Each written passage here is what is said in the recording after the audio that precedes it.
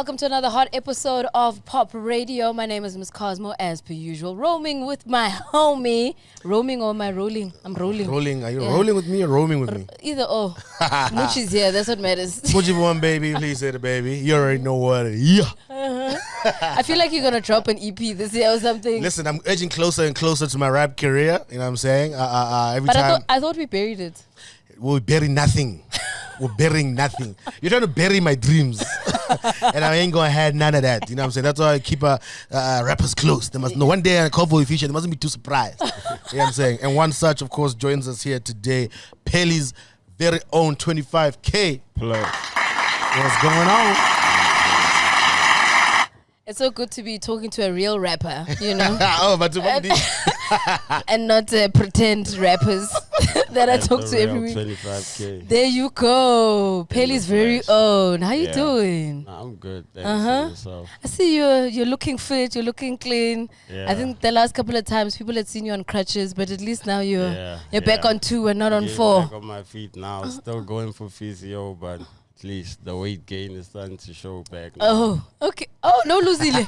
Yo. Really? It was bad. Like, it was bad for real. Was it stressing you or what? What actually happened? Because I think some people just saw you on crutches, but they weren't too sure. Yeah, how did the Not injury? really. Thing is, so Gatleo hit me up for Mufasa.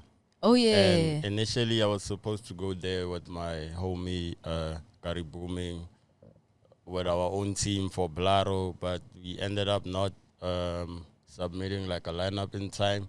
And then the Sony team needed players. Okay.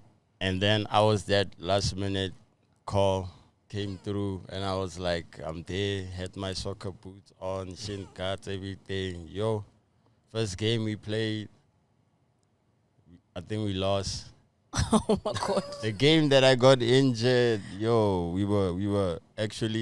had the upper hand because we were like 1-0. Yeah.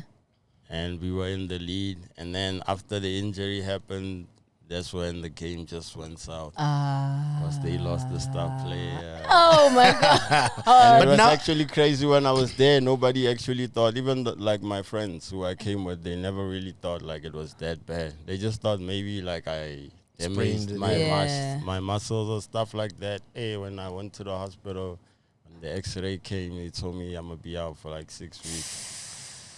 You see now, that's the problem here is that in your rap you said shelf it kleps ka palanto. Repa ka pala go dala ball. But I don't think yeah, don't ball. And it looks like rap has to work out because ball ngare topa. Yeah, for we ain't sure. got a choice now. Yeah, because that was also the second time like I fractured my bone. And the first time it was my left wrist. It was also football injury. Because I actually remember when you had like a brace on your arm, and then now it's So now it's maybe your mom's also sitting back and saying, "You see this rap thing of yours? You see what's happening now?" I think I'm gonna stick to rap. I think you should stick to rap, man. For I think sure. Clearly you're better at it because there's no rap injuries. Yeah. 100%. But thank you so much for joining us here on POPradio. And I think the last time we had a little bit of a catch up was at Back to the City. Yeah. You know, just a quick fast, a little bit of a conversation.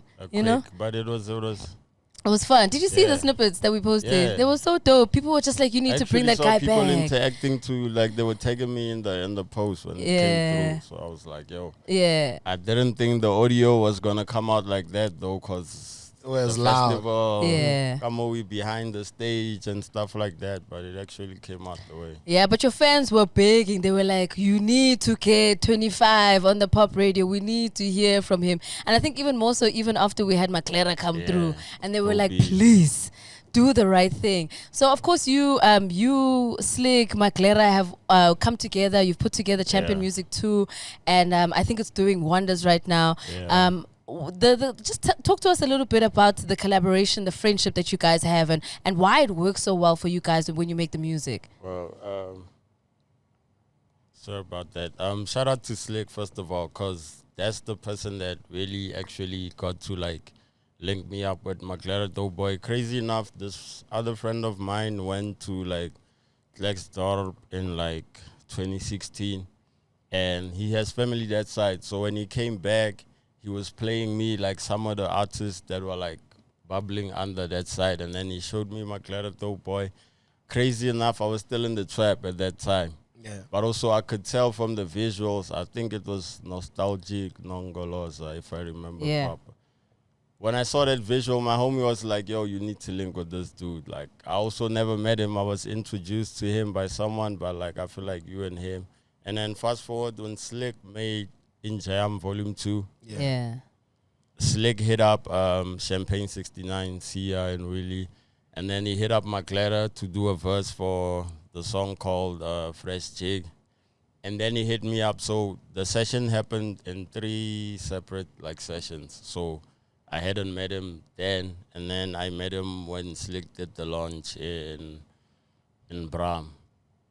And also there, like, it was real. Like, from our first interaction, like, I could say, like, yo, like, dude, on some real stuff. So after that, the conversation was, like, us getting into studio. We had to, like, obviously vibe first before, like, the music and stuff like that. And then that's how the first Champion Music came about. So we were at Slick's place for like a weekend. I think we started sessioning on a Friday, and then Sunday was when we recorded the last song to complete the project. And then Zinger came through and blessed us with a verse on Fresh Tape. Nice. And ever since that, like, me and Maglera have like grown so much close. Even besides the music, he's more like a brother to me. Also, I feel like me and him share the same sentiments because Motswako is like deeply rooted go Northwest. But like most of the time it's like Cooley and them, when I was growing up, like they used to pull up to like Pheli, and then like some of my OGs would tell me that they used to record Kulichana and stuff like that. So them getting gigs in like Sunnyside, Cubana, Capello back then was something where like it built a relationship with like Pitori rappers. To be honest, like guys like Biz ATV used to call himself Biz Mikey back in the day. I don't know if y'all know him. I remember the dread-headed rapper that could rap like Twister. So when we were coming up, those are the guys that we were listening to because they were working with Mojava, and then he also did like songs with Cooley and stuff like that. So Motswako has always like been close with like the Pitori scene, especially with the Cap City and stuff like that. So I feel like me and Maglera are like the new age version of like what Motswako is gonna be in SA, or if not, what it is right now. The Kasi rap or Kasi trap, as you guys are mashed up to. You guys are very similar in your styles, and more so even before the music, just in your backgrounds. Because we did speak to a lot to Maglera about being, like you just mentioned, being in the trap before the music, when you guys were still doing your thing in the streets.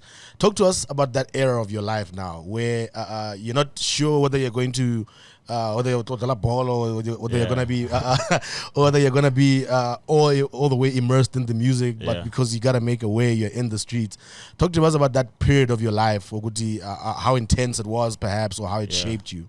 I think the journey is quite traumatic and like deep in a sense of like off of the stuff that Maglera told me. Is like he went through like different stuff, and I went through like my own thing, but like I can sort of relate to his story of like a kid coming up in a city where it's like not really like urban, like suburbs, like you're in the townships, but you still manage to go to a school where like it's like English is the first language, and then you get to see the difference when you go back to the hood. Like your friends that you grow up with, they learning like Spedi, Swana, or Soto as their first language. So growing up in that space, you also get to see that like sometimes going to school out the hood is like privilege, because that's how also I fell in love with rap.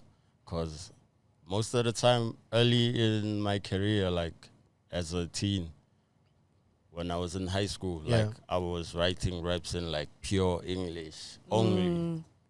Straight. I would listen to guys like Pepu's, Chino XL, Immortal Technique, like the backpack rappers from back then. like the Iron freestyle Solomon. rappers. Yeah, That's a specific selection of rappers. yeah, crazy enough, in the hood at the time, like most kids were like influenced heavy by like the Lil Wayne era. So you'd see kids wearing fitteds, and back when the bootleg jean was still cool, you'll see kids sagging, wearing their Echo sneakers and Air Force Ones and stuff like that. And then we would then be freestyling in State Theater.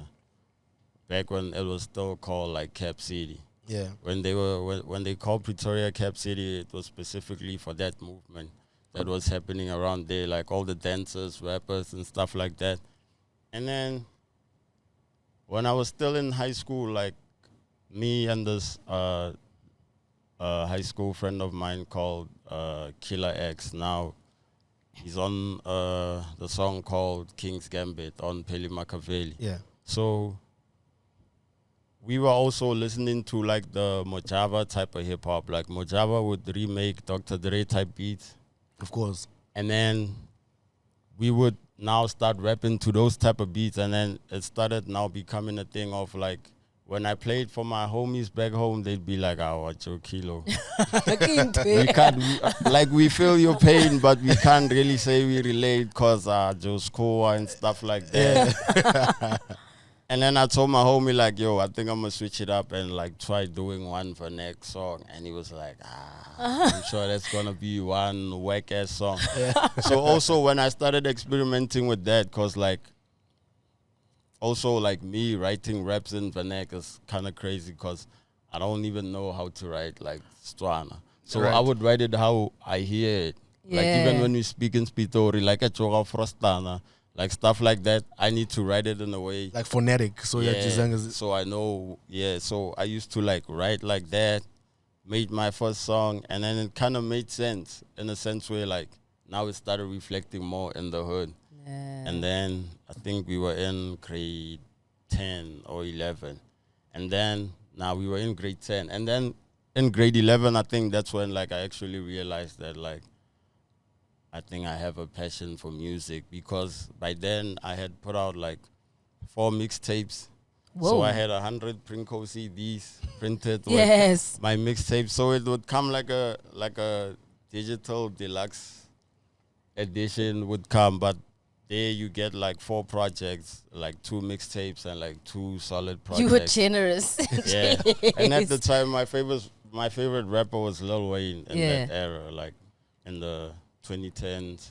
So I was rapping on Lil Wayne and Drake beats most of the time, maybe J. Cole here and there.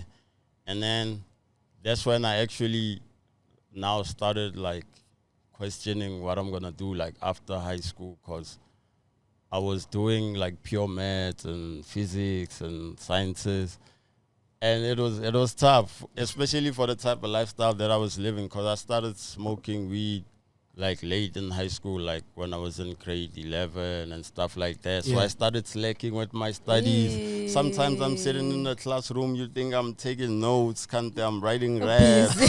When I go back home, like crazy story, even like my childhood friend would tell you this, like he went to like this other school called Vulture.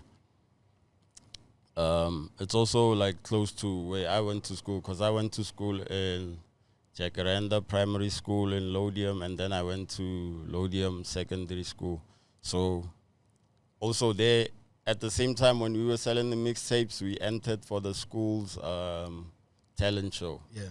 And then one of the songs that was in the tape that was like popping around the school, we had sent it to a few other students. We performed that song in the auditions for the talent show, and then they chose us for the talent show. On the talent show, it was crazy because I had my homies pull up on me on stage, but we were still wearing school uniform, but they had their shirts tucked out, school bag sagging, type of swag. Rebels. Yeah, but you're still in your school uniform. Yeah. And then that song kind of went viral in like the west of Pretoria. So the kids that I went to school to would export it to like places like Mams, Amanskraal, nice. Sosha. So now I'd visit, because my homie Killer X is from Soshanguve and I'm from Pheli. Yeah. So now sometimes when we're chilling in the hood, like with the homies, like just summertime vibes, like somebody would pass by, maybe holding their phone, playing a song that was from that tape. But they didn't know it was me at the time because the internet wasn't really. So I'd have a hard time like telling people that, yo, like this is. That's my job. That's me, That's though. so I'd go to social, same thing. You tell the homies like that song that you're saying is your favorite. It's this guy. So they were like, nah, talk. So at that time, I think I called myself Lil Nazy. Okay. Little Nazy. Yeah. Please break that down for us because everybody has a reason behind their rap name. Yeah. From like my full name, Little Nolo. At school, like they used to call me Nolo. Right. So I scared I was a big Lil Wayne fan. Yeah. So you always had to put a little something to make your name cool back then. So I was like Lil and some, and then I came up with Lil Nazy. And then I only realized this later because me coming up with the 25K name and me being in the trap was a result of like after high school, like when I grew up, like my uncle was like a weed dealer in the hood, like well known for that. And crazy enough, like when we were kids, like I didn't really look at him like that because like he was like still the breadwinner and someone that I look he was up providing. to. Yeah, so he was also giving me game on like don't get influenced by your friends type of stuff. Like there's consequences when you do certain stuff. Don't do wrong stuff and stuff like that. So back then, I wasn't even messing with like weed, like smoking weed and stuff like that.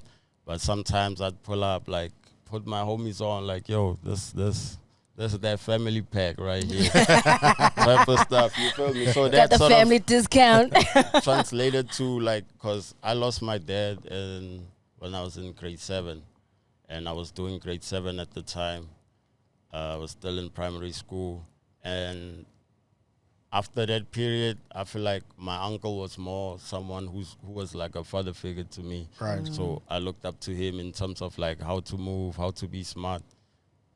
But also one thing about me is like in my hood, really it's like people know Attridgeville, right? But it's like there's Attridgeville and there's Soulsville.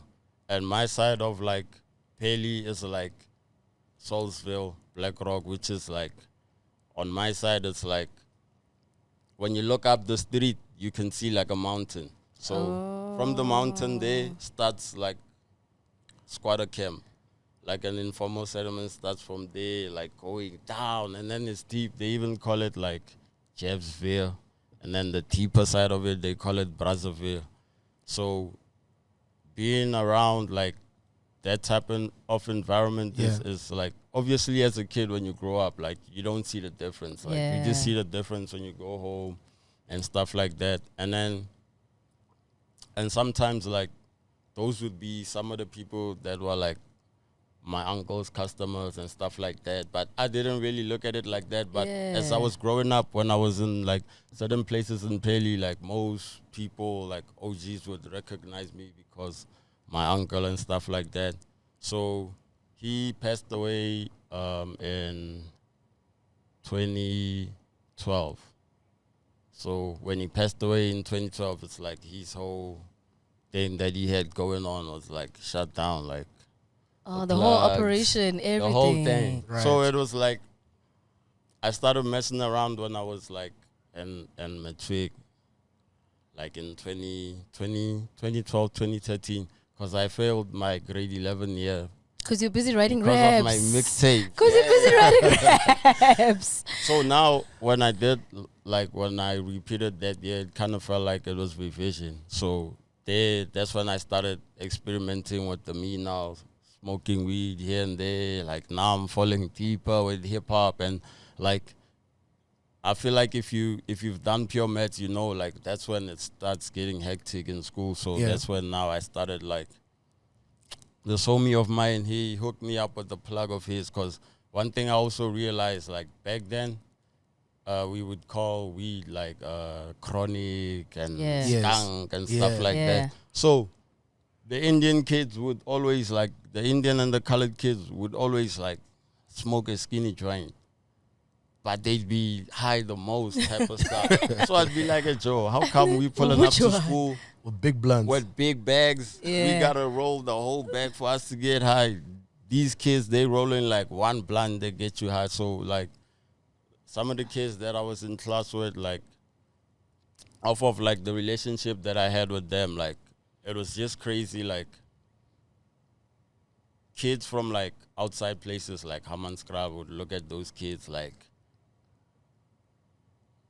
I don't know how to call it, like judgmental type of like yo, these, they look down on them. yeah, like we can't hang with Indians type of stuff. So me, I was like, I'm in a multiracial school, so I'm interacting with everybody. So I started smoking with them. And then from there, I was like, this is right where here, I said, okay. this right here is different. So he linked me up with his plug. And then I started doing like bulk buys from then. And then every time I'd pull up to the hood, like my homies would be like, we don't want to smoke that Pheli pack. We need that loud. So off of that, I'd always be that kid that would always have like the fire weed. Yeah. So now it started rubbing off of like my OGs. And then crazy enough, I started getting comfortable enough to do it at home now because... Wasn't your mom whiling out over this? That's the thing. Thing is, I couldn't tell my mom at the time because it was like, when I was still young, like my mom, like she's really the person that like pushed to like get me to go to school out of town and stuff like that. And then late when I was in high school, like she later got sick and then she lost the job. And then when she got better, like my uncle had like a family business of like selling alcohol, cool drinks, stuff like that, had a pool table and stuff like that going on. Sometimes they'd play music and like that would be where maybe most OGs in my hood would come to like watch football.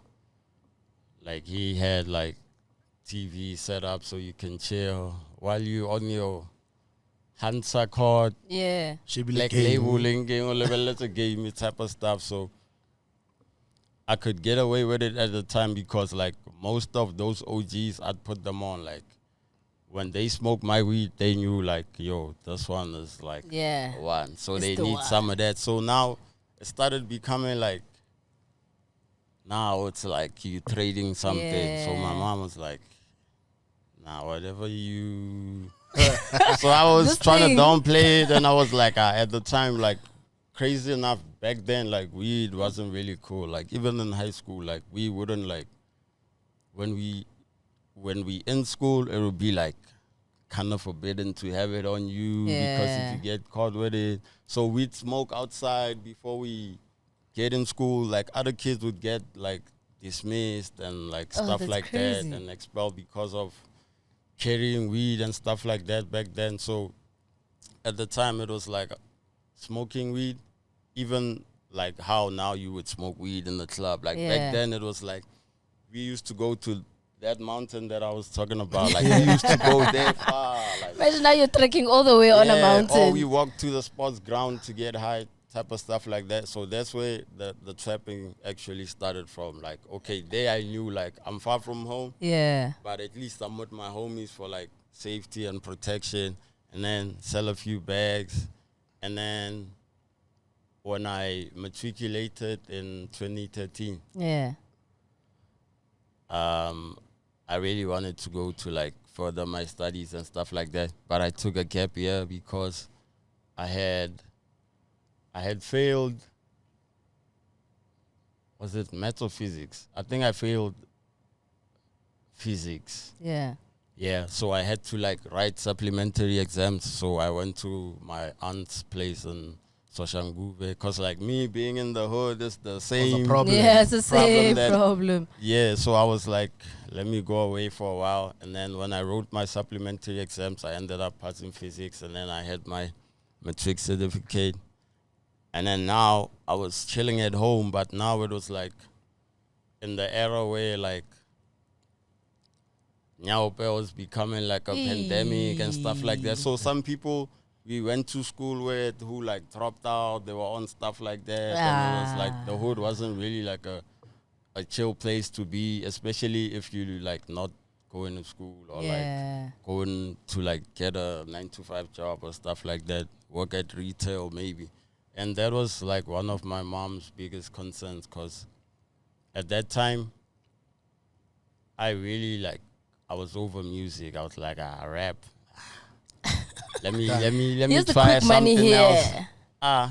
Went back to the streets. I managed to like hit up this other homie of mine from Lodium. Then he introduced me to a plug, and then now we moved from like selling weed to like the hardcore stuff. Hey. And at the time it was kind of crazy, because most people who used to do that stuff was either like ex-cons or like people that are known for doing bad stuff, or like you really like OG type of. Of course, yeah. Yeah, the stripes. Yeah, so my OG is the one who's putting us on that game, and he's kind of like older than us, like type of vibe. Like my mom and them wouldn't want us to be hanging around those type of people. But it's people whom we grew up around and stuff like that. So now we started getting into like the deeper sense of like, now you were like playing around selling a few weed bags, and now it's like serious, because like in that game I feel like that's actually what came with the trauma and like the risk that we took. Like it was like the decision for me to like fully make music. I was actually about to ask, like, what got you back into it if you were just like, nah, this music. Because I'm sure you're making money at this stage now, and your mom can see that you're also not. In the era between like 2013 and 2016, like I had like 2 like near-death experiences, like in a short period of time. So it was getting kind of crazy to a point where even my mom was like, it's either you're gonna end up dead or you're gonna end up in jail, because my mom was trying to get me to like get a job, but I wasn't really like, because my homie that I went to school with had a job, but I was like, they're gonna pay you this in a month, dog. We making this in a week type of stuff. So I was really like very, I wouldn't say ignorant at the time, but I was really like, I wasn't really hard-headed. Yeah, listening for like outside noise or people telling me to take this decision with my life. I was like, whatever decision I take, I'm with the consequences. And like some of the consequences that came with that life wasn't really like pleasing, in a sense where like now the traffic is like, you used to like serve to people who would walk. Now you're serving people in cars. And at that time we didn't have a car. So we would walk to like maybe a place where we know they selling booze and stuff like that. Charaposo means to like stay posted. Yeah. Yeah. Type of stuff. Like you're holding down the block. Yeah, they know you here, you type of stuff. Like if they need that work, they know they can hit got you the up, position. Yeah. So from that, like now you got people pulling up in cars, like traffic, in and out the street, and stuff like that. And sometimes, like, people in that type of game, like, they don't really sleep. Yeah. So it's like, even if, cause me, fortunate enough, like, me and the homie that I was trapping with last was like, we weren't really like, when it comes to like substance and stuff like that, like the only thing we would go to the max is weed. Yeah. Like that's as far as we could go. And like, I don't know, I just like, at that same time, I think I watched Scarface. Yeah. The movie. Yeah. So I fell in love with like Scarface, the character, but like how it unfolded in the end, and like I was like, ish. Maybe now? Scarface should have listened to Sosa type of stuff. So I was like, Tricky. So I couldn't get like why like he was thinking like that until like I started now understanding like the type of clientele I was serving to. Like you be serving to like people that go in and out of jail, people that are like ex-cons, like the most shystiest of like people in the hood. So now it would raise that thing to my mom, like, yo, Careful. These faces that I'm seeing here is not friendly faces. Yeah. And like for the type of stuff that you're doing, whatever you're doing, I just know you're doing something because you can't like get away with that much because your uncle was really about that life. Yeah. Like, are you trying to be your uncle or something? So it was like a hard conversation to have with my mom, the lectures, like people were trying to intervene at the time, and in the midst of like when we were at the prime of that, it was like me and my homie were like the actual first kids to like introduce that type of like product to the hood, because this would be stuff where you get maybe in Jersey, like in the burbs, or like so you had the plug who was making sure like you're getting Pretoria East type of stuff. So in the hood, it was a wild thing, even for kids to be holding, to be. So it was like, yo, nah, it caused. I think it caused the pandemic. Because crazy enough, my homie from Soshanguve, by the time I was out the game, like transitioning into the music, he was giving me calls about, yo, you remember that thing you were telling me about? Like, yo, it's killing my hood right now. Oh, no. Like, it was like that bad. Because like 2013, 2016, 2017, 2018 era, like Pretoria was in like an epidemic of like methamphetamine, which is like cat at that time. So like kids in school, some kids would be ODing type of stuff. So it was a whole bad like era thing around it. Like it wasn't even like parents would be complaining about stuff like that, because now these kids are falling into like, so I had to make like a decision then, because like at the same time when I was like, I don't want to get a job and I don't want to be rapping and stuff like that, when I was fully like both feet in the streets, I started now like telling myself that, okay, even if I don't rap on beats, let me like learn how to make beats. Because back then I used to rap like on like Lil Wayne beats type of stuff. So I'd watch videos by Lex Luger and Southside, Sunny Digital back in the day, and Metro Booming and them when they were coming up, because they'd also put up like these FL tutorials to like cook these beats. So I was in the trap, moving the product, and then part-time I'd be like making these beats. That's dope. And then I'd be like, if I sell these beats, I'ma probably charge like, I don't know where I heard that line from, but like 25 bands was like a thing for me to be like, oh, that seems like a whole lot of cash. Like, so I'd be like 25K. And then later on, like when I was running with the 25K name, like I just put it everywhere. Like I'd tag my beats like that. Like I'd have like female friends that I know, like send me a voice note of you saying a tag like this, and then I'd put it on my beats. And then I didn't have the clientele to like play the beats too.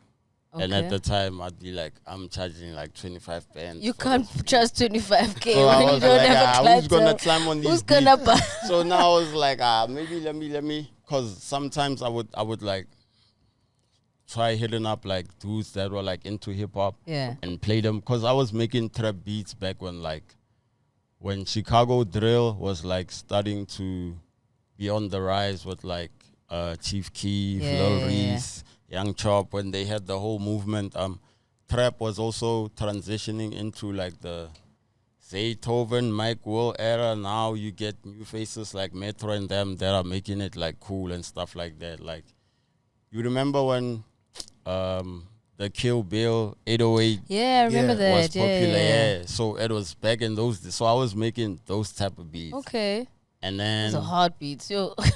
crazy enough, like at that same time, I'd be like, let me at least write a 16. So sometimes I'd be spitting a 16 to one of these hip hop heads and be like, yo, if you wanna rap on the song, this is how maybe you would flow, like a reference flow. But they still weren't doing enough. So it became a thing where now I'd write to those songs And then off of the money I was trapping, like I saved up to like get me and this friend of mine called J Blocks managed to like get a hybrid mic. And then we'd make a pop filter out of like Stockings, yes. That's stuff what like everybody that. did. And then we got a young sound card, and then I would like record there. But at the time, because I was popular off of the stuff I was doing in high school, and now I was in the streets trapping. So the stuff I was rapping about is the stuff I was doing, but I didn't really play the music to my homies. So one of my homies, who's now my DJ, Gary Booming, he's also like the founder of like a brand called, I even got it tatted on me, Blaro, which is an abbreviation of like Black Rock, because I feel like me and him are like two prominent figures who really make like Black Rock cool. Like if you know Pheli, like real people that come from Pheli, they'll tell you like Pheli has always been popular in terms of like the King of Bling era. Like there was once an era also like we'd have like politicians pulling up to the hood, like celebs and stuff like that. And then Black Rock wasn't really cool because like it's closer to like the informal settlements, like after dark you get robbed type of stuff. So it wasn't really like, so also me seeing him, like he came up with the brand idea earlier on. So everywhere I pull up to Groove where I was like, because I'd go to Groove with the product on me. So I'd be grooving, but like those who know, they know type of stuff. So they'd hit me up and I'd be surfing, but every time I bump into him, he'd be wearing a Blaro t-shirt. So I'd be like, what's this Blaro? He told me it's Black Rock. I'm like, hey, but you put it in a cool way. Okay, put me on one time. Put me on. So I actually made this song called Blarone in a tape that I dropped on SoundCloud. Like there it was heavy, like Pusha T type of drug dealer raps there. Okay. So I made a song called Blarone where I was talking about the brand, and I don't know, I just kind of felt like I understood the vision that he had, and I sort of like had the same vision for that. And then when I bumped into him from time to time, it would be that thing of like I'd play him one of the songs that I recorded, but I wasn't planning to drop it. So I'd be like, sometimes I still play around. So it'd be like dabbling a little bit. So I'm like, nah, it's like, Joe, drop it. Just do it. So I'm like, Joe, I'm no longer lazy. Like, now I did a whole rebrand, 25K, whatnot. He'd be like, Joe, just drop it like that from scratch. So I'd say data file host, SoundCloud, and Audio Mac. I think the first song that I uploaded like that was a song called The Ziploc King. And then I think I got like 100 downloads and 100 listens on SoundCloud. And that was really the start of like, off of my Facebook page. The people that were like buying my CDs back in like high school would now pick up that, yo, this guy's still making music. So I started making traction like that. And then when the trauma that came with the trap, like now it started getting like serious in the trap. Because like we had an incident where like, before me and my homie managed to like get a car, like my homie, like before he was like, he turned 23, like he had his dad passed earlier on as well, but he had a 318i, a red one, but it was still stuck from like back then. So when we were trapping, like we managed to like get the car, like the paint redone, like sparkling. So is that car in one of your videos? I don't think it's in one of my videos because we used when we were shooting Culture Vulture. So when I said Klaus still pull up in a Beamer and he ain't even 22. So I was talking about my friend at the time. Right. Okay. Because he was driving a E30 318i. And he was 22 years old in the hood, and like the OGs would really like look at us like some West Coast, New York, Money Mitch type of kids. Cause now it's like you wearing the new era original fitted, you wearing like Nike original, you wearing Diesel original. It's like a trap thing where like in the States, most trappers that are like on high fashion, like Balenci's and LV's type of stuff, off of street money would be doing. But we doing like the low class version of it in the hood.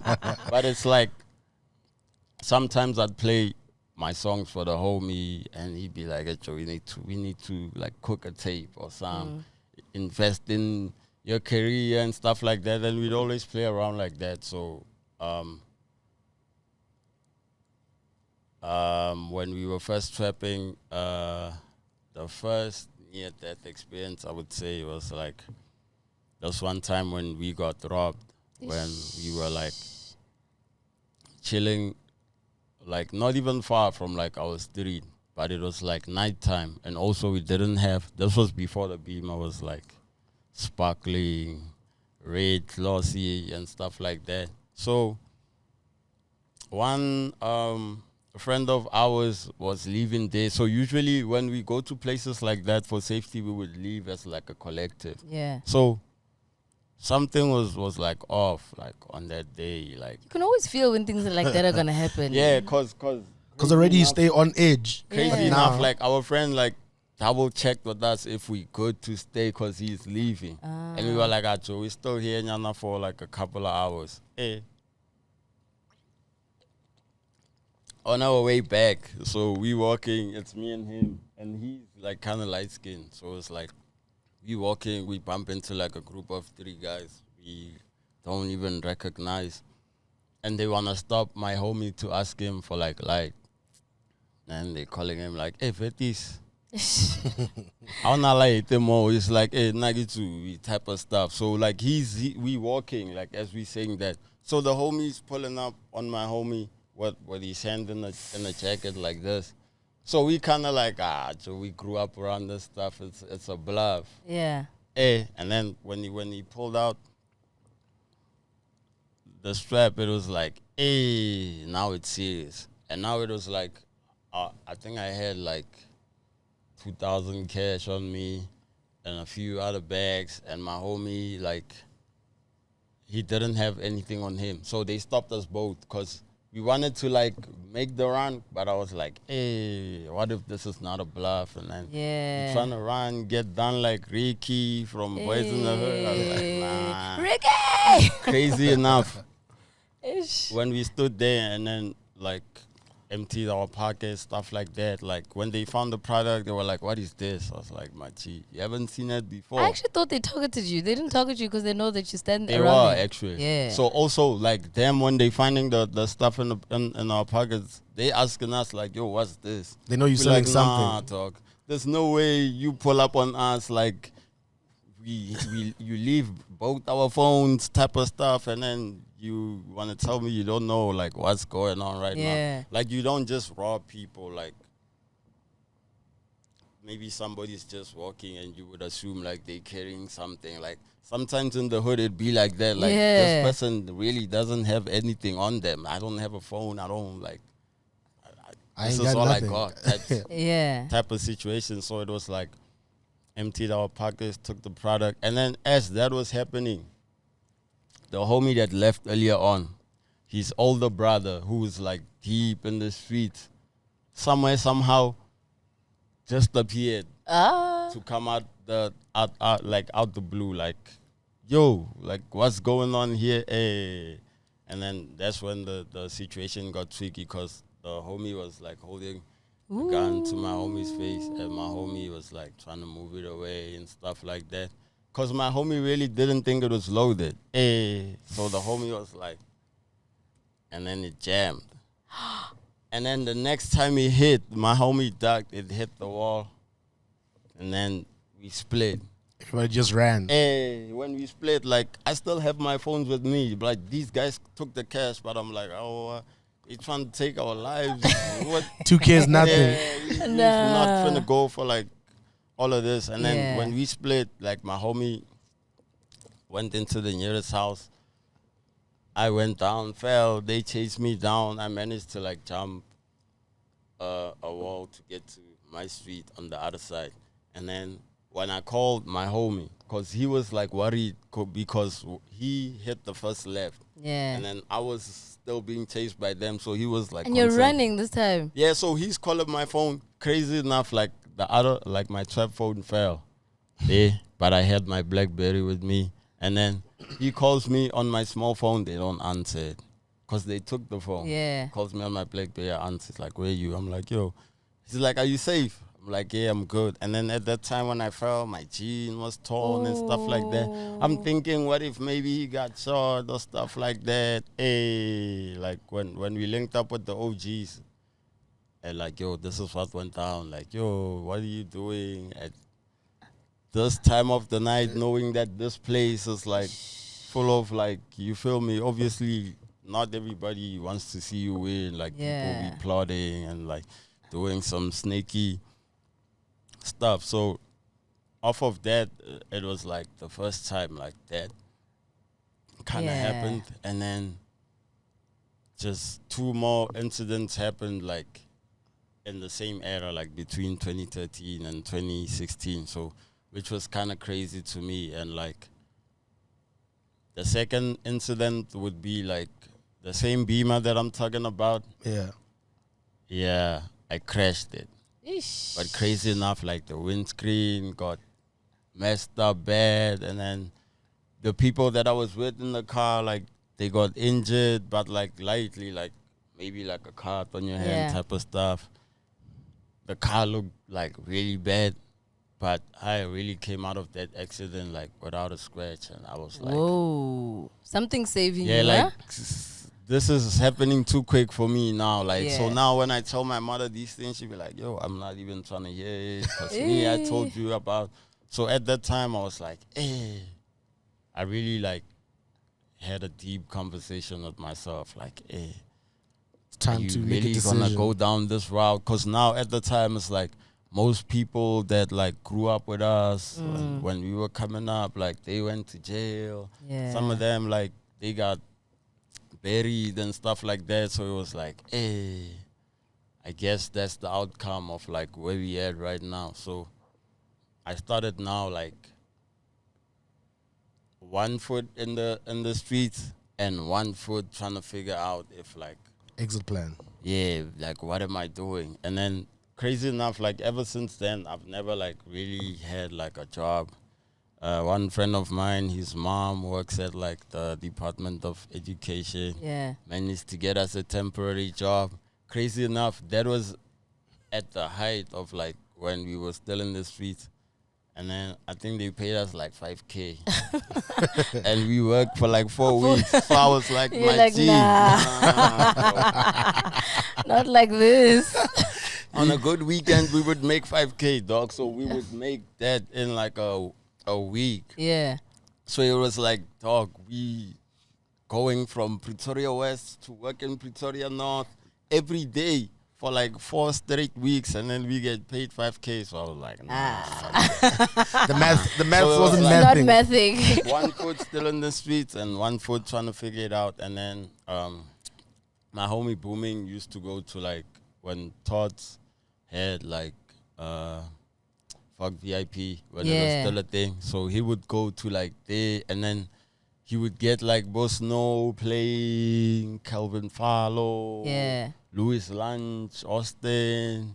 Anati would also pull up there, and then I remember those parties. Those parties were wild. So he was going to those parties like consistently, and he felt like for the type of music that I made, that was really like my audience for the type of like stuff I was talking about, especially like Pretoria, like still trying to be flamboyant, but you from the hood. Like a lot of people from like Mom, Sasha would relate. So he was one person who would follow up. Like, are you still making beats? Are you still? So Tots had this other thing with Hype Magazine where they did the Galaxy mixtapes. Boy, freestyle sessions at the Galaxy Boy store. Dope. So at that time, my homie was like, yo, they need a 60-second clip of you just spitting raps.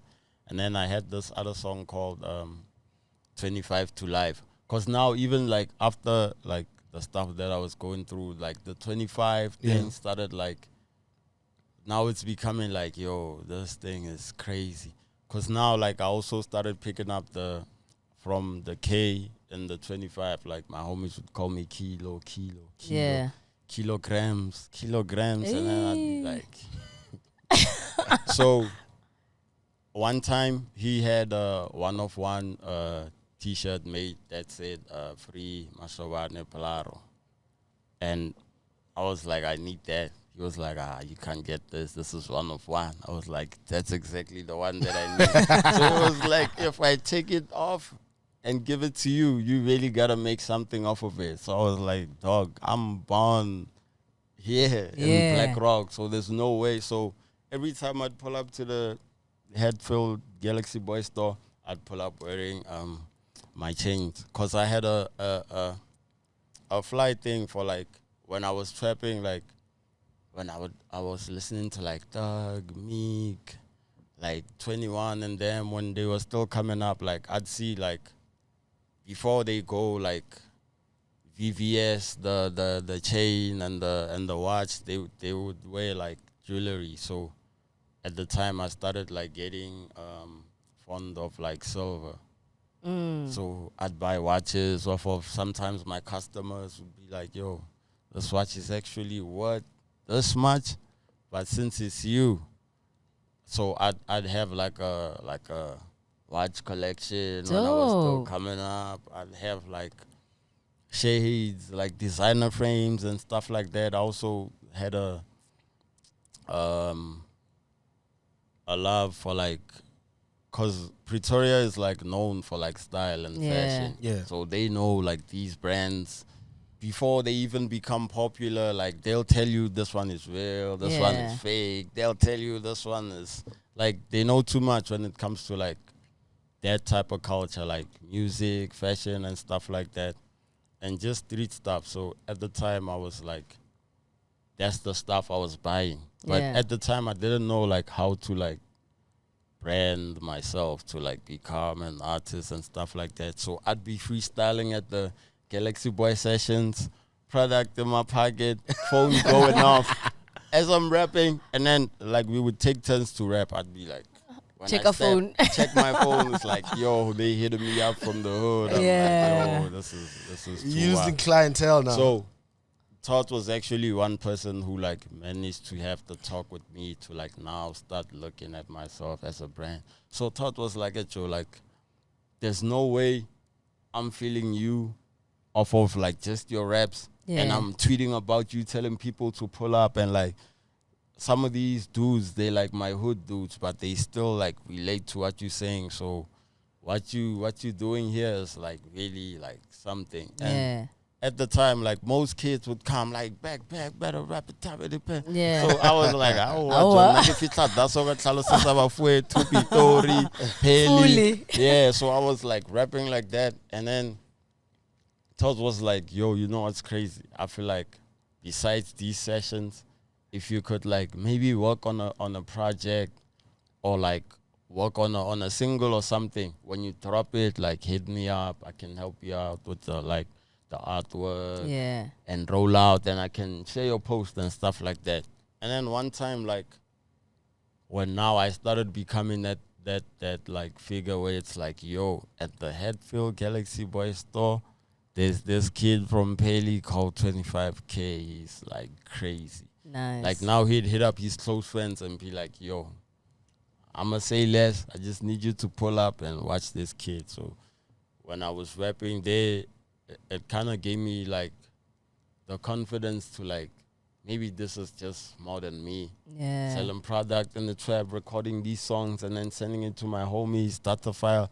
I was like, maybe I can build an audience. And then fast forward from then, like there was this picture Todd took of like, not even my face. He just took the T-shirt. Yeah. And then he tagged my homie who owns the brand. And he was like co-signing, saying, yo, Free Mashovane, whatnot. And then I had a joint called Free Mashovane, which was doing crazy numbers in terms of like SoundCloud. And like now it was that song where I'd pull up to like places and they'd be playing that song, and like now it became a thing when I started going to like homecoming and festivals and stuff like that, because back when we were trapping, that's all we would do. Like certain days we'd be in the trap, like thinking of like a homecoming, like yo, we can't miss homecoming. Yeah, gotta make it. Of course. All the fine baddies are gonna be there. We gotta trap it out right now. We'll re-up later, or like if we have product with us, like we'll figure out like how we moving logistics wise, but like we have to go there. Yeah. So like when I'd go to like places like that, crazy enough, like my friends would be like, yo, it needs to be you there on that stage representing us. So crazy enough, when homecoming had artists on the rise, Nice. first year I sent them free Mashawani. When I was still in the trap, they didn't hit me back. So I was like, next year, I'm finna do the same thing. So like next year when the fourth quarter came, like September, August, send the song again. This time they hit me up. They were like, yo, this kid, like, cause Todd was also like vouching for me at the time. And when I was looking at it, Foka had won the previous year where I didn't get selected. I think Coxen was also there and Venom. And off of like how I saw like Foka using it to his advantage, because it wasn't really about like if you win this thing, like you pop, and like you really like you still have to work at it. Have a plan for yourself. So Foka was like doing shows with Gigi. I think Gigi had a tour, so Foka was like opening for Gigi, and now it's like me getting to win Artist on the Rise got me to perform at like Homecoming Africa. And I went to like Homecoming Picnic, the end of an era, and I went to like the first Africa where Wizkid and I remember Genesis. that. I remember that. I remember that. That's off the back of now going into that culture vulture. So I was still trapping then, and crazy enough, if you see my pictures on IG from back in 2016, you could still see like I was a trap for real. Like I'd have like the Nike tennis headband upside down type of stuff, designer frames on type of stuff. I'd have my Fossil watch on type of stuff. So when it comes to like me now branding myself, like thoughts like always like made sure that like he got through to me in terms of like when you move, like there's a certain way that you move.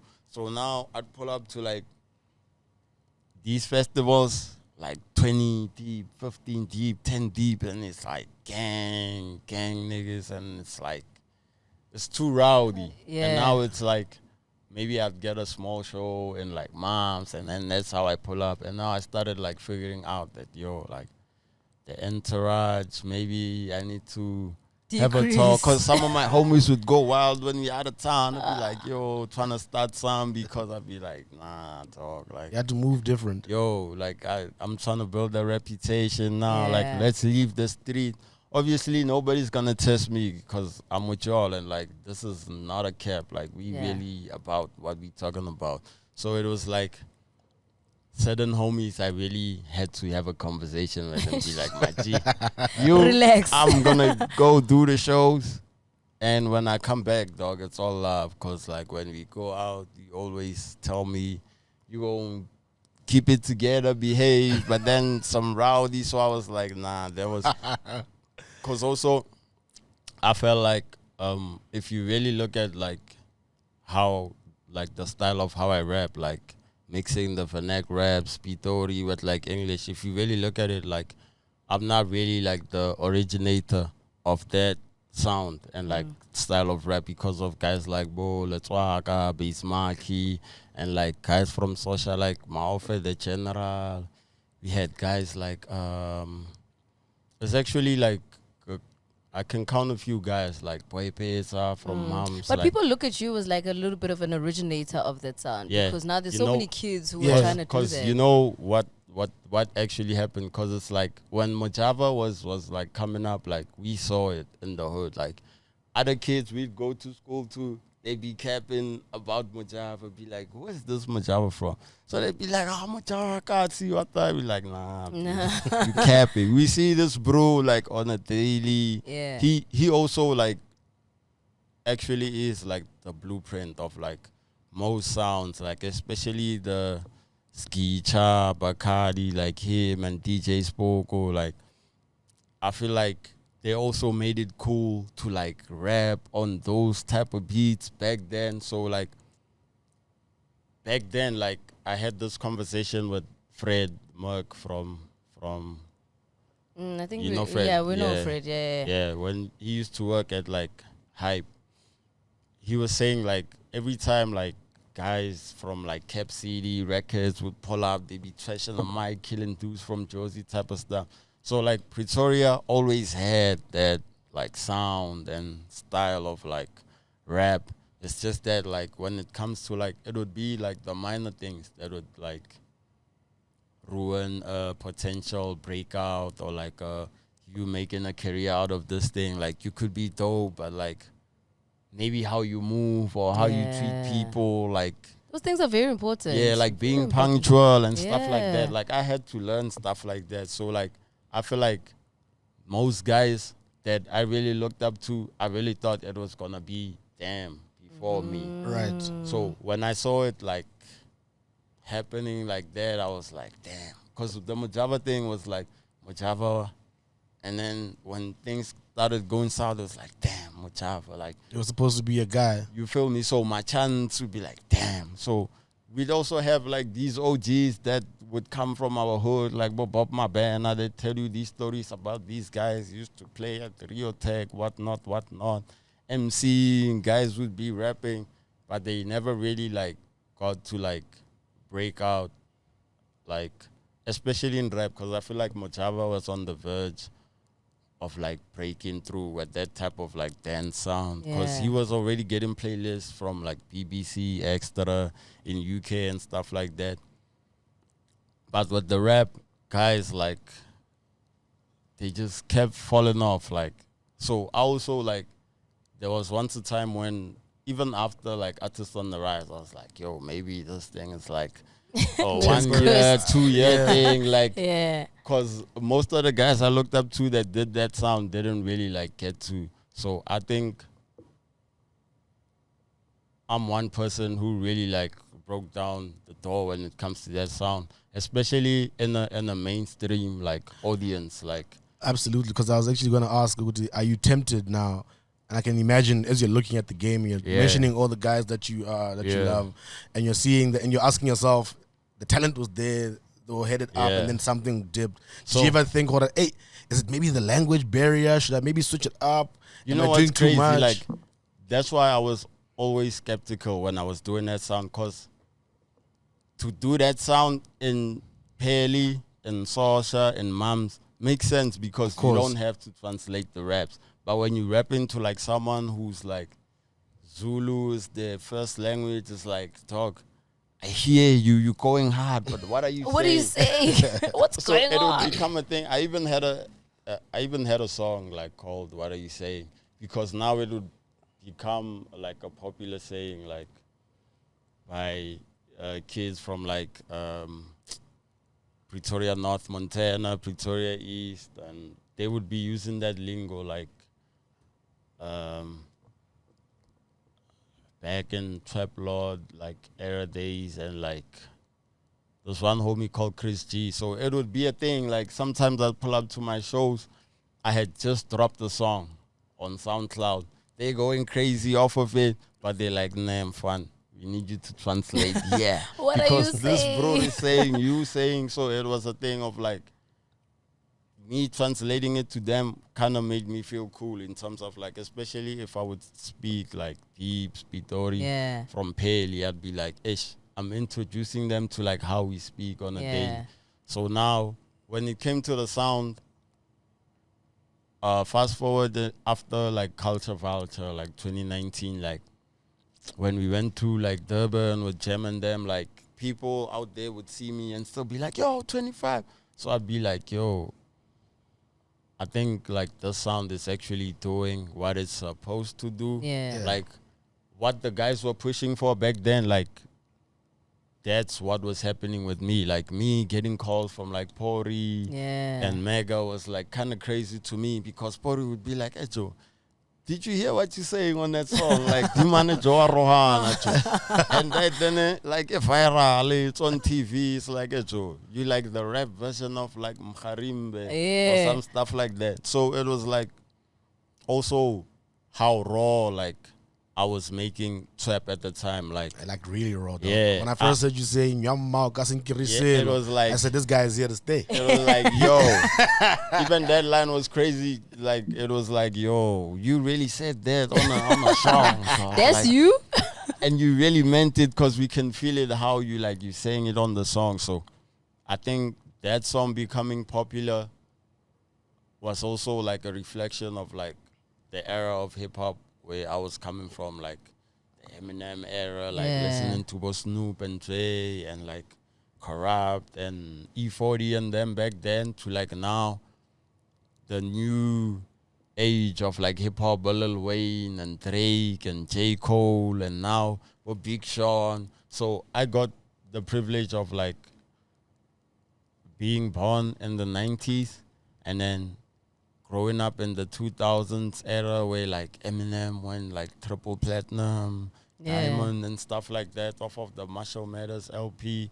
And then now Lil Wayne with the Carter breaking record sales was like kind of crazy for me in terms of like also where hip hop was going, because it's like hip hop went from like rap to like now it's more melodies and like so I was one person who was like on the forefront of like backpack battle rappers in Cap City, but later on when I started making trap beats, I was like, actually being a musician is not really about knowing how to rap. Because some of these dudes will pull up on me, like I can tell, like this dude probably reads the dictionary, like most of the time trying to find these words that he can spit to me to make them look hard. So I was like, once I got over that style of rap, I kind of now understood that like music is also a feeling. Because like when you grow up in the hood, like you grow up in the era where our parents would play Musogwana, like Wichiko, like Brenda, like certain times, especially songs in Zulu, you wouldn't hear what they say, but the melody catches you to a point where now you want someone to explain. And now the song resonates with you more because like it's like, damn. So I started now not being like one-dimensional. It's like even now as a trap artist, it's like sometimes people want me to rap, and it's like I can rap. Like it's not a question I can rap. It's just that being a trapper is something else, and I feel like in SA people really don't get the difference between like being a rapper, being a trapper. And I feel like for me personally, like one of the guys that like made it like easy for me to like be out in the open and be a proud trapper, to like make trap besides rappers like MT. Absolutely. Because when we were in the hood, like when we saw Big Hustle back then, it was like you could tell like he would touch like small kids with the melodies, but he's speaking some real stuff. He would touch old people. So even these visuals during the ambitious era was like he made it like cool to like be a trapper in SA. So I kind of also got my confidence from that. Like, yo, MT would roll up. That was like a crazy time for us in the trap and for like SA hip hop as well. Because like making a song about rolling up, when you actually rolling up would be like, I don't think we realize like how iconic that is. Like as much as I was swearing on Culture Vulture, like I studied music in general. Like I look at how like Jimi Hendrix and them and like Rick James. And there was once a time when Rick James dropped the song Mary Jane. Weed was not a cool thing. But that guy made a song about weed and he called it Mary Jane, like it's a female. And then he was making it cool, speaking about it like a female. And then there was once a time when the cops were shutting down his shows, like off of the weed smoking, because people will pull up to those shows like. Because they knew what he was saying. Yeah, that's to me like MT's roll up is as iconic as like Rick James when he was like breaking down barriers of like now people pull up with joints. Yeah. Shows because they know when this dude comes on stage, I want to fire it up. Yeah. Like, that type of influence, I feel like it's one of one. Like especially in SA, and I feel like in SA. Most dudes that are like really about it and authentic, they don't really get their flowers while they're here, which is crazy because when I look at like guys like Bob Brown Dash and stuff like that, like I could tell they real from their music. Like this is a real street guy because I've seen a guy in the hood exactly like this, just not musical and like crazy enough. Like after the Summer Awards. In Sun City, I had a long conversation with DJ Cleo, and he was telling me like how some of the songs that I looked up to were made in that era, and it was crazy to me because that's like iconic. Yeah. I feel like we need a Netflix special of like something. How 25 or how Maglera Dope Boy or how the new age like Nasty, Reese, and MT. Like made it possible for us to like break out as rappers. Because when we were still in high school, like being a rapper in SA, it wasn't a thing. Like, you are almost 30. So when on your rapper, then like it's for fun. Yeah. But then, talking about some of your influences, I mean, you speak about like MT, you speak about the people that you've looked at from a musical perspective. But it seems like you had the T-shirt of Pheli Makaveli. You also speak a lot in some of the songs. Well, in Pheli Makaveli, there's at least a line in every song talking about somebody of influence from the community or maybe a politician or whatever. Why was it important for you to kind of add those types of lines or those stories in your songs? Well, Pheli Makaveli, now looking back at like the album, I feel like what me and Suchi did is kind of crazy because like to me it was like supposed to be my debut album, but it's like it became something bigger than that. Also because of like those things that you're asking me about, like some of the things I would mention that people know happened early in the 2000s or like late in the 2010s. Like also me telling my story of how I came up, like people that really seen me do it is like crazy to a point where like even like me becoming like the blueprint of like certain things, because it's like how me and Booming would sit and plot about like videos in the hood, like dog, let's go to like the old shops, like let's pull up there, get the hood, pull up there, let's get E30s, because that's like the type of culture that we seen. So like fast forward to Pheli Makaveli, like how me and Zoo came with the name and what it actually became is like kind of crazy to me, because I was like, okay, debut, dude, let me.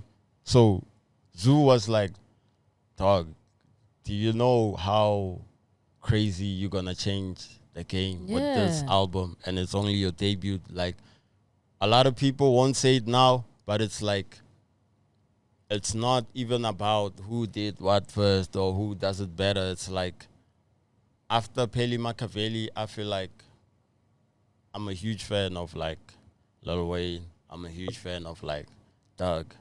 And I feel like in hip hop, there's like different eras. Like when you look at like LL Cool J and you look at like A Boogie, it's like a same type of artist.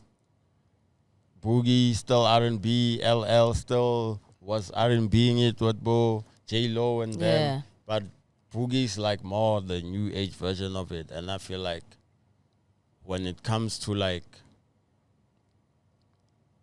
hip hop in SA, it's always gonna be like that, because like you wouldn't get a 25 if you wouldn't get like a guy like MT. Yeah. Especially like trapping in SA. It's like certain guys have to be those guys that break down barriers. So for me, Pheli Makaveli was like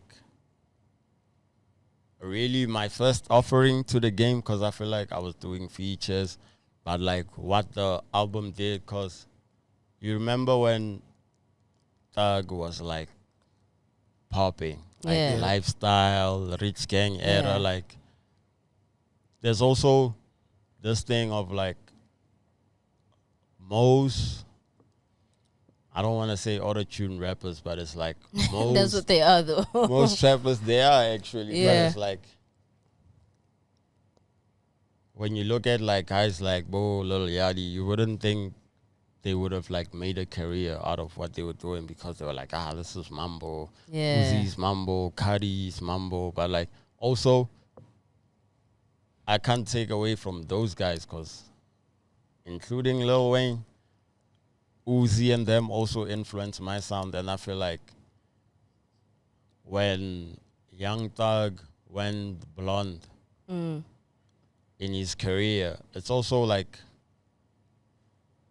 I don't know how to describe it, but like going blonde, okay, in Pretoria is like a thing where you can't go blonde during the year because school, no teacher's gonna let you walk in class with like trying blonde to look hair, like Chris Brown or so it would be a thing where you would dye your hair blonde like for December holidays type of stuff. And also me, like I was a fan of Lil Wayne, but crazy enough, like my school was like against like dreadlocks unless it was like for religious reasons. So in the Lil Wayne era, I tried having like young dreads, but I couldn't really have like the Lil Wayne dreadlocks. And then later on when I started seeing Migos, I did like dreadlocks.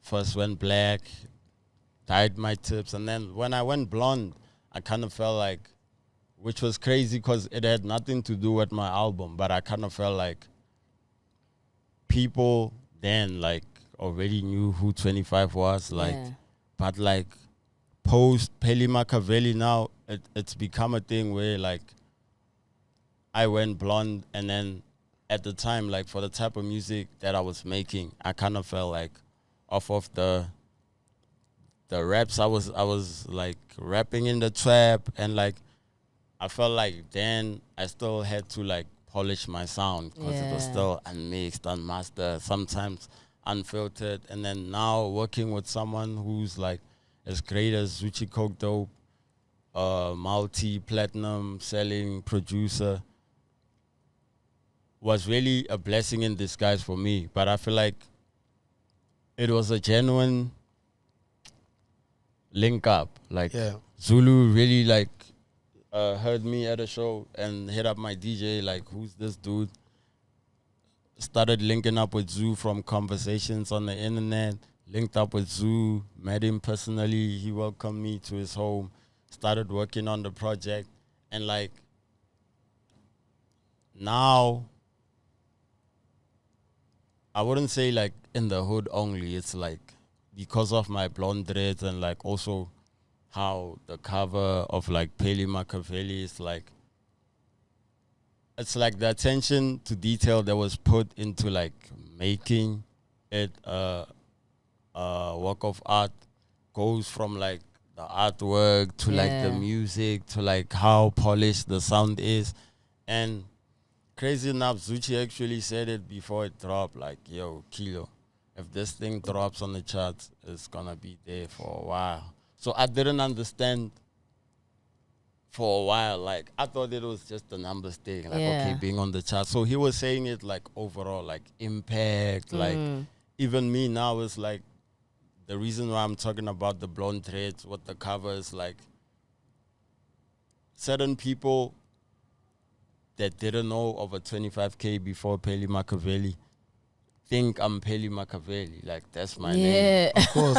And to me, it's really a thing of like, when I saw like Tupac, like when he was an actor, and like sometimes you'd see him when he was modeling for like John Carney in the hood with the kids and stuff like that. The name also, I kind of later realized how it carries weight, especially with me now being like called Pheli Makaveli, Pheli Makaveli. Even with the intro, because the intro to me was like Pheli Makaveli. Yeah. And then that was the intro to me. And for me to drop it first was like, I felt like that was the song that would sum up what I would be talking about in the album. And for the song to like blow up like that, to like hit over 1 million views. And now it's your alias. So now it's like, hey, Pheli Makaveli, hey, Pheli Makaveli. So everywhere I go, like kids now like see like it's bigger than just being a rapper from the hood. It's like even some of the conversations that I'd have with people, I look at it in a sense of like, because in my hood, it's not only me who like took Pheli to the world because I make music. Like some people are like, even the people that I went to school with, like some of them, they in China. He's a doctor, but he speaks like how I speak when we in Pheli. But he's in China, nobody's gonna know. No one's gonna know. But when he speaks with me, it's like, I wish demons have understand. You don't feel my pain. So it's like kids now like look up to me more. Like Pheli Makaveli like really gave us like hope. Like Joe, you gave them an identity. You made us proud to be like from Pheli. You made us proud to be like from Black Rock. Because as I was saying, like back then, like being from Black Rock, like me and my homie were having a conversation earlier on. You know what's crazy? Like in my hood, like most baddies would be like on the like suburban side of my hood, which is like Old Stad, like closer to like Kalafong Heights. And then in my hood, it's like it's like a no-go area. Yeah. So seeing like a 10 out of 10 chick in my hood was like we would see the OGs that were really putting on off of the things they were doing in the streets. He had a nice car. He was hitting licks.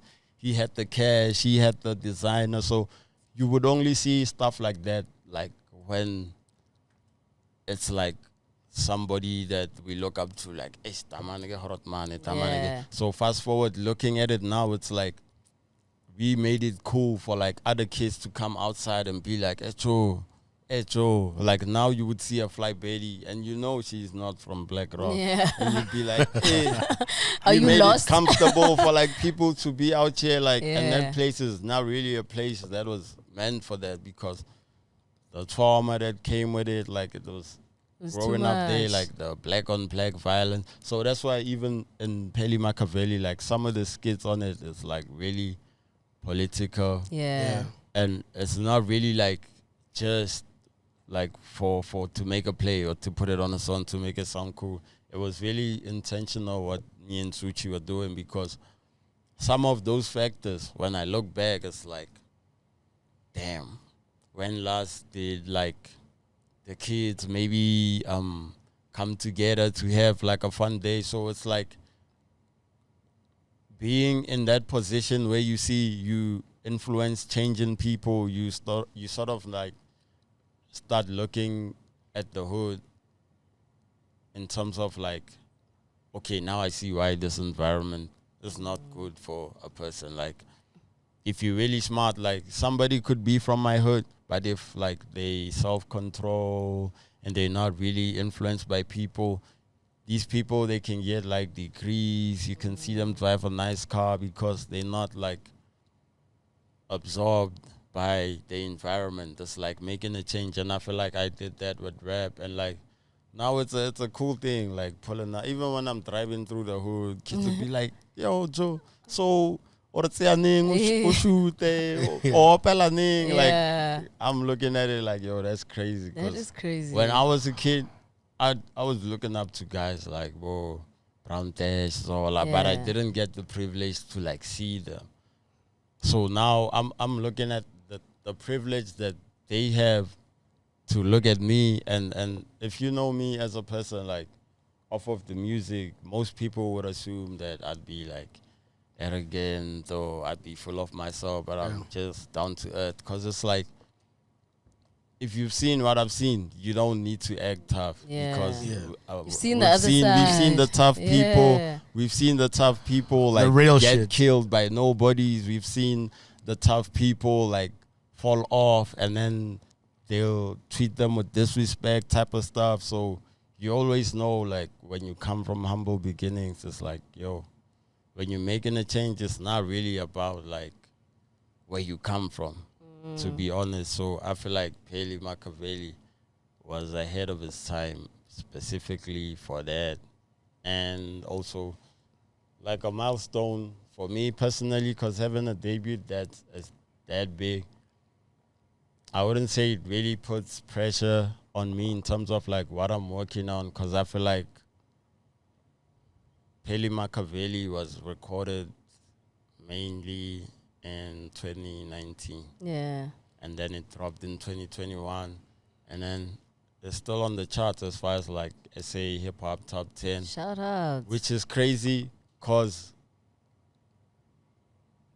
also, like, how the drop happened, like, me and Zoo, how it ended up being a thing where it's, like, curated by Zuchi Coke Dope and Ode to Etheridgeville, was, like, the vision that we had when we first walked into studio. We managed to, like, capture it fully and share it with the people, and, like, let the people make the music hot, rather than just the gimmicks of, like, yo, this is hot, but, like, because Just creating hype of something. yeah, I've seen it get tough, because, like, being in my position where you, like, I had to understand that, like, also, like, how Foka went from, like, the era of, like, rapping, like, people don't know, like, Foka raps, going into that era to, like, now going into something that has always been him, because he's always been, like, about the vibes. Yeah. He's always loved that dance. So it's like doing something that's naturally him, like, Pitori, I'm a nice second nature, so I just share it with the people. It's like, it's a crazy thing, really, for me, because it's like, shout outs, man. I mean, I think anybody who's listening to the music now and listening to what you've achieved, especially even your story, they're all just like, okay, well, it's all resonating to people, or some kids who are just like you, and you've given it a face, you've given it an identity, you've given it something for people to kind of look for and be like, yo, 25K can do it, I can do it too. Because now, I mean, talking about artists on the rise, I mean, I was one of the judges this year, and the amount of kids that came out, you can just automatically hear that they were like, 25K can do it this way, I'm gonna do it as well. Absolutely. You've created a whole new generation of new young rappers for Pitori who are gonna take it to the top, and I think that's so awesome, you know. And shout out to recent Foka. Yeah. With that, because I feel like coming from Pretoria, if you're trying to rap, the Pretoria East, grab that market, you either sound like Reese, you trying to appeal to, like, the dance market, you either sound like Foka, or you sound like 25 if you're trying to trap it out, and that's not a bad thing. Not a the bad city thing is at still being all. put on, Yeah, and because you guys have okay. such a great identity, doesn't matter where you fall, because people will be like, he's authentically Pretorian. Okay. You know what I'm saying? It's authentic. You can hear it in the language, in the lingo, in the way that you guys carry yourselves. And just before we close off, I just want to say that I did hear a new track of yours on Snow Deep. Tamati. And I was just so glad to hear a different type of vibe, because I always wonder how people will sound on different types of tracks, whether you slow it down, it's R&B, or you speed it up and it's a more dance trap, a dance rap. I don't know what genre to put it in, piano or whatever, but you sound very, very dope on the track and very natural as well. Yeah, I'm glad you, crazy enough, like, Snow Deep is, like, also one of the pioneers in the dance scene. And, like, the one that we recently dropped is called Damati 2.0. The first one was dropped, like, early 2019, late 2018.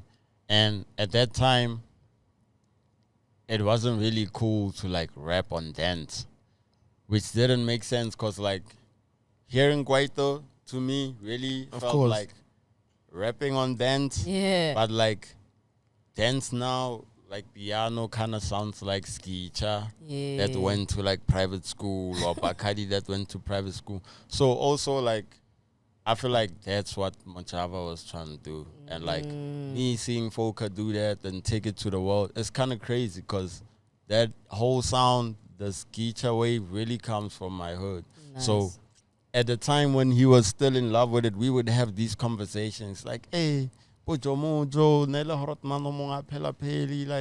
Mojava Kale, they used to record like this. So him hearing those stories like made him like fall much deeper in love with like, yo, like let me stay truly Pitori and not become what the game wants me to become. Because it's easy to be like, to conform because you think it's easier. Yeah, even when you come with the gimmicks and hype, it's like certain things you can't cap because it's like the hood is really one place you really can't cap because you can be hot in the suburbs or you can be hot in the city.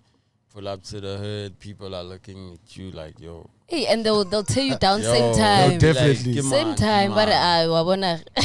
So every time you're out there, like, yo, it's been tough for us even in the era where, like, after Mega, Ricky, Novi, and them had their 2014, 2015 era of hip-hop. And when it started now becoming, like, new age Kwaito and sort of losing its identity, it was like, now when you pull up to shows in the hood and you're trying to rap, people are looking at you like, it's a that there, ribala piano. So you really had to like convince them, like for you to like jump on that stage, rap, and people pull up on you and be like where you from? Like, yo, that's hard. It took a lot, like back then.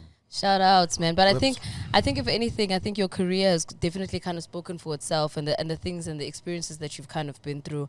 The music is also dope. I mean, even listening to Champion Music 2 and hearing the difference from how you guys have kind of grown, even from the first one to how you've now you've solidified it and said, you know what, we're gonna take this thing to the top. Even with Pheli Makaveli, you can hear the growth with each song that kind of comes out. And I haven't heard the Snow Deep one, but I'm definitely gonna go and listen to it because I wanna hear how you're coming through on that tune. But what can we expect for the rest of the year, maybe 2023? What are you working on? How are you growing yourself so that we can pay attention? For the rest of the year, I would really love to like close the quarter like strongly, and like Champion Music to me was really like a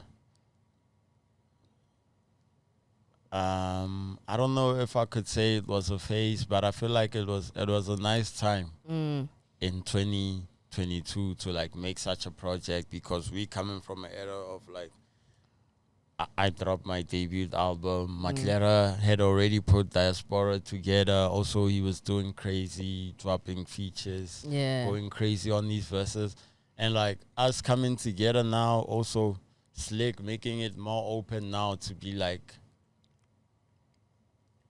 we consider ourselves champions, but it's like there's more to it. Yeah. Like champions, like